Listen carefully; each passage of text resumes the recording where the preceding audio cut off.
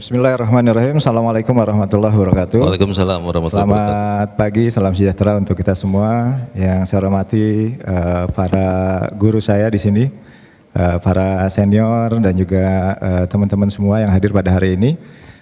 Alhamdulillah ini satu forum yang saya kira sangat bagus ya, menunjukkan kepedulian alumni terhadap pengembangan keilmuan yang selama ini mungkin tidak semuanya terus-menerus menggeluti ya. Kayak Mas Leo mungkin juga udah lupa kayaknya ya.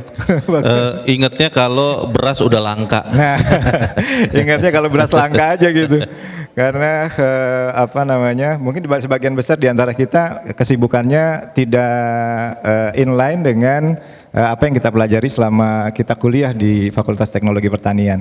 Jadi ini saya kira satu hal yang bagus untuk kembali menguatkan kita, menyegarkan kita tentang isu-isu yang sebenarnya kita hadapi sebagai sebuah bangsa, yang kita hadapi juga sebagai sebuah lembaga pendidikan.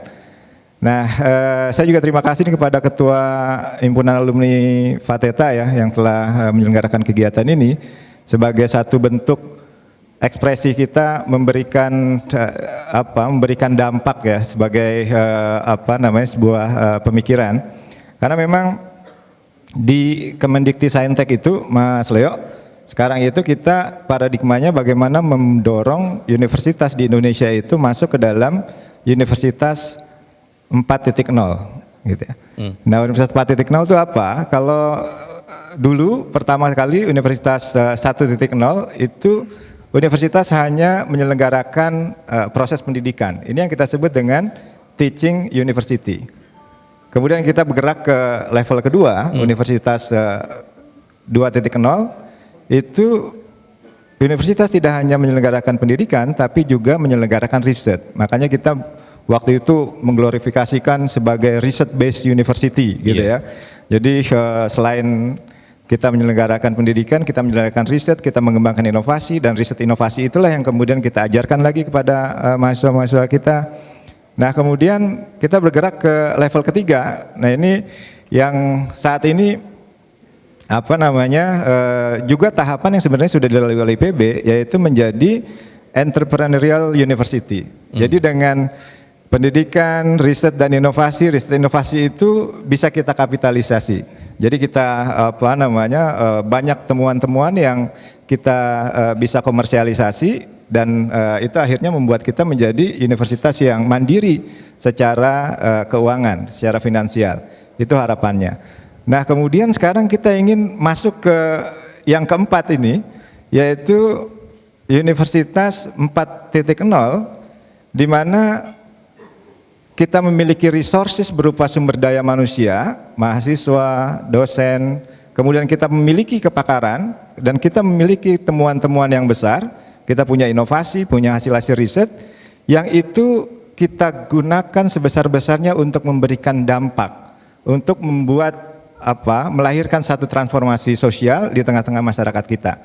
Nah, jadi peran universitas itu kita inginkan, kita dorong dia menjadi lokomotif bagi transformasi sosial, menjadi lokomotif bagi pengembangan wilayahnya, dan ini sudah dimainkan juga oleh IPB. Jadi bulan lalu IPB itu menerima penghargaan yang sangat prestisius dari Times Higher Education Impact Ranking. Indonesia IPB itu mendapatkan Outstanding Award untuk Regional Development. Nah, jadi ini aplaus dulu buat IPB dong ya. Dan itu salah satu program yang diajukan pada saat itu adalah karena kita punya program yang namanya One Village, One CEO. Jadi kalau dulu awal-awal mungkin dari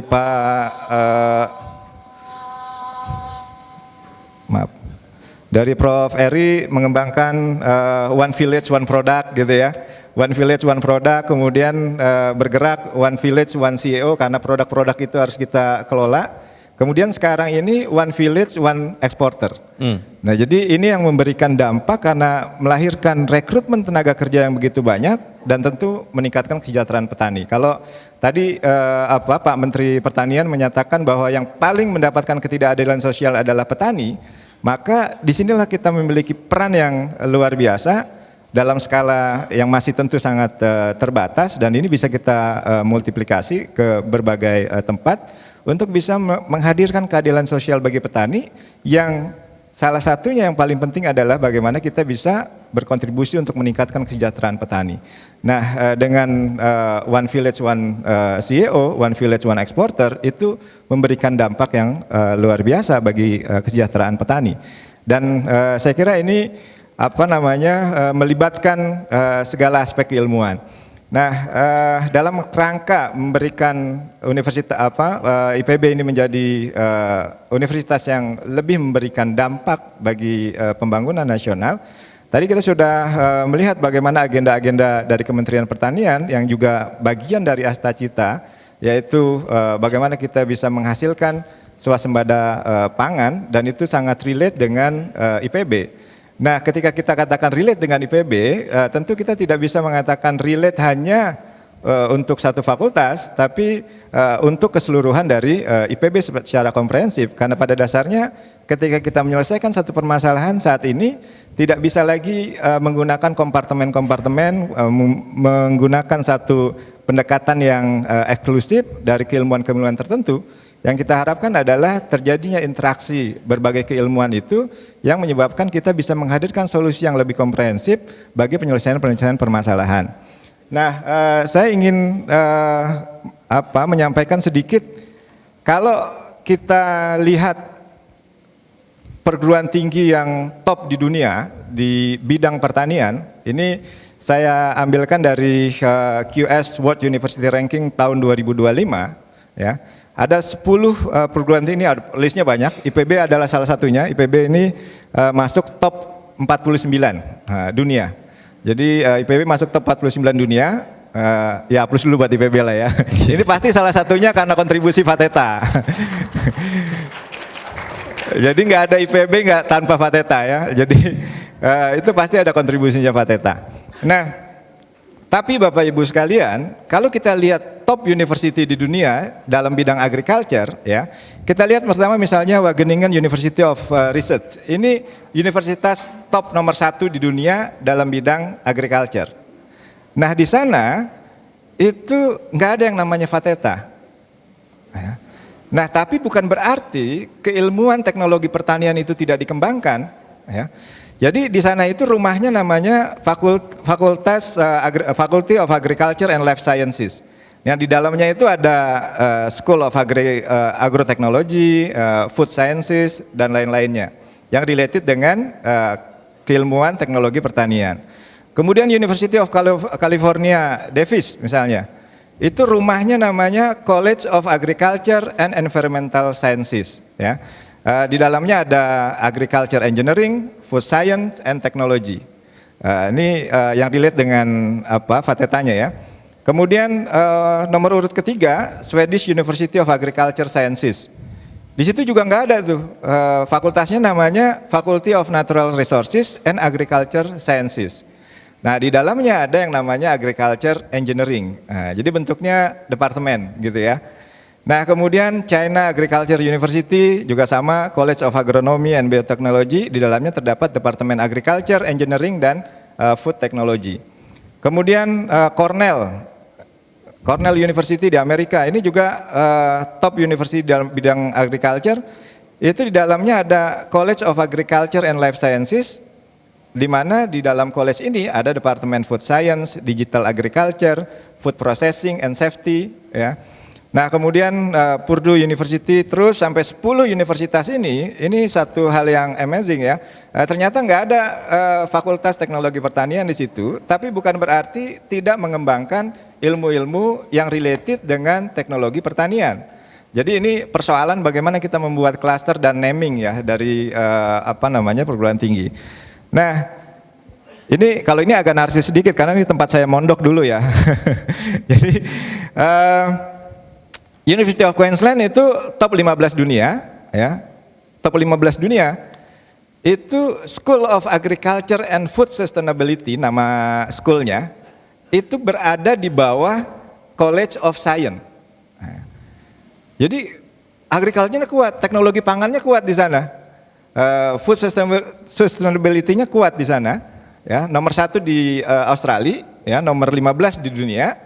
Nah, tapi dia merumahkannya di dalam College of Science. Nah, kemudian University of Tokyo, ini tempat saya mondok juga, alumni. Banyak belajar berarti ya. Ini top 27 dunia, ya.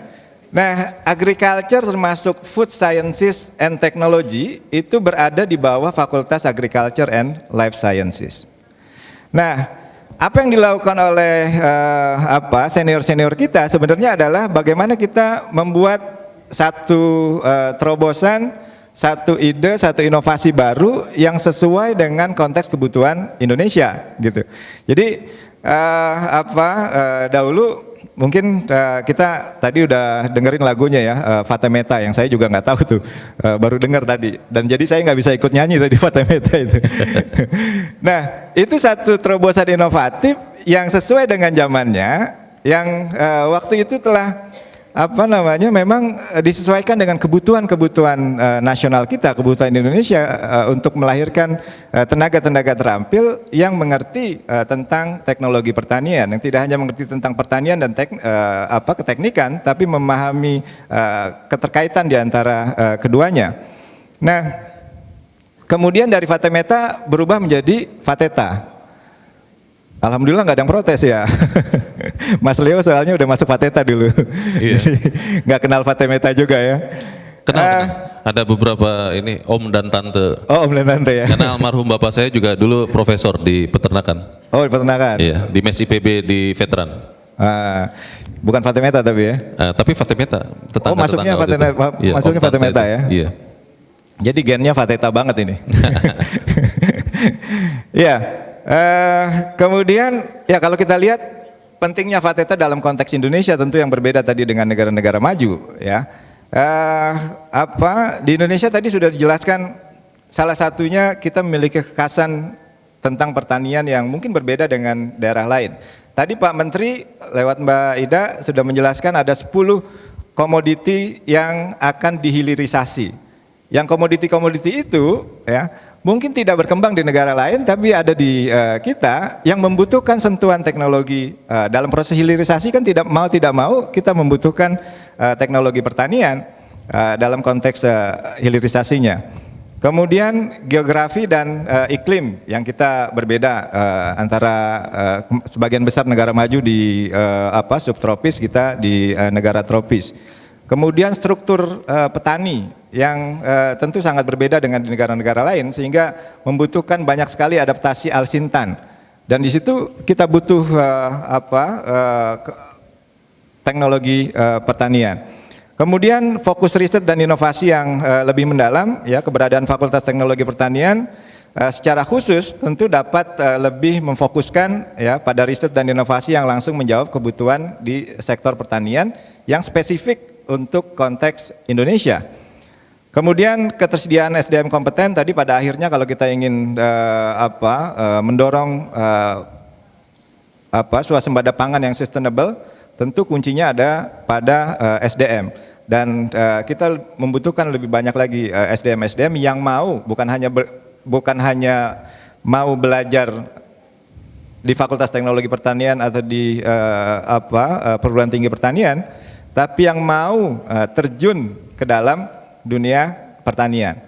Nah, kemudian peran strategis dalam ketahanan pangan nasional. Nah, ini juga tentu teknologi pertanian menjadi tulang punggung untuk membangun ketahanan pangan. Tadi sudah dijelaskan oleh Pak Menteri tentang agenda-agenda yang related dengan ini.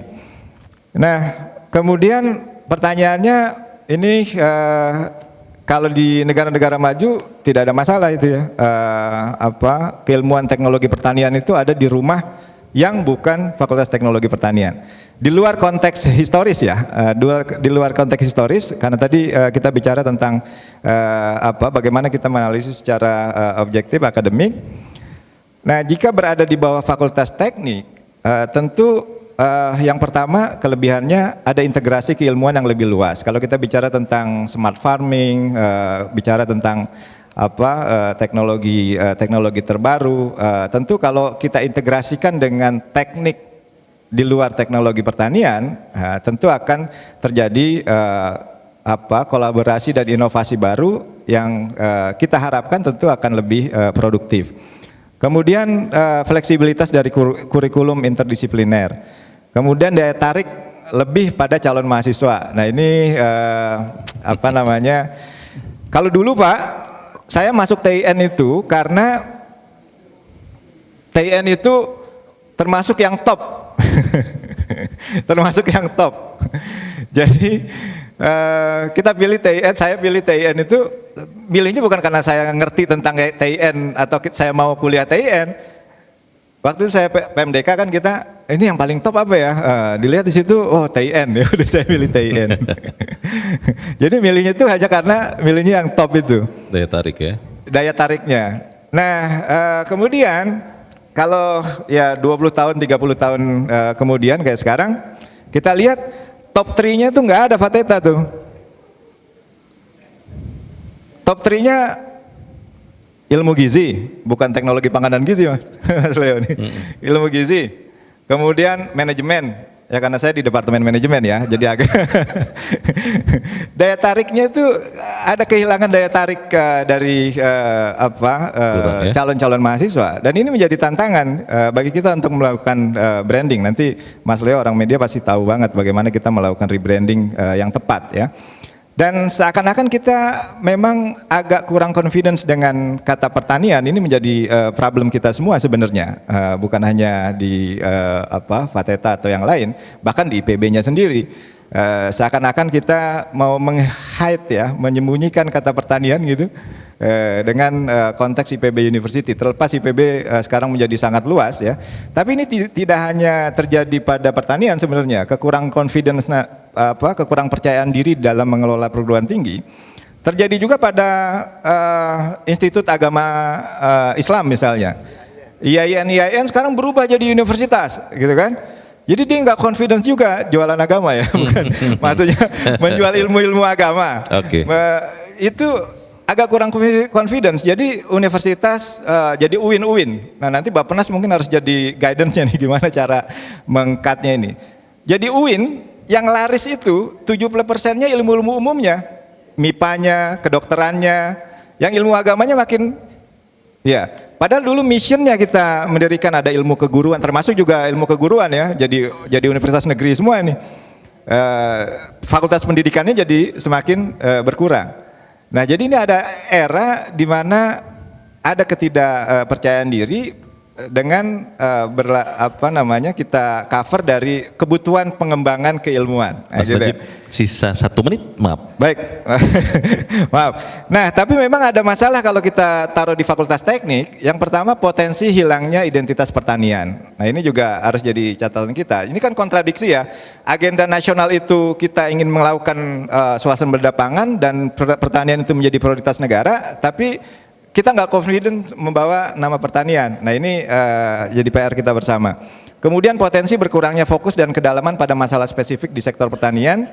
Kemudian dampak pada alumni dan jaringan industri. Nah ini juga penting untuk dipertimbangkan. Kemudian persaingan dengan fakultas teknik lain yang sudah lebih dulu ada, dengan ITB, dengan UI, dengan UGM. Mungkin ini juga penting untuk menjadi pertimbangan kita. Mungkin itu, terima kasih, kurang lebih mohon maaf. Assalamualaikum warahmatullahi wabarakatuh. Waalaikumsalam warahmatullahi wabarakatuh. Terima kasih.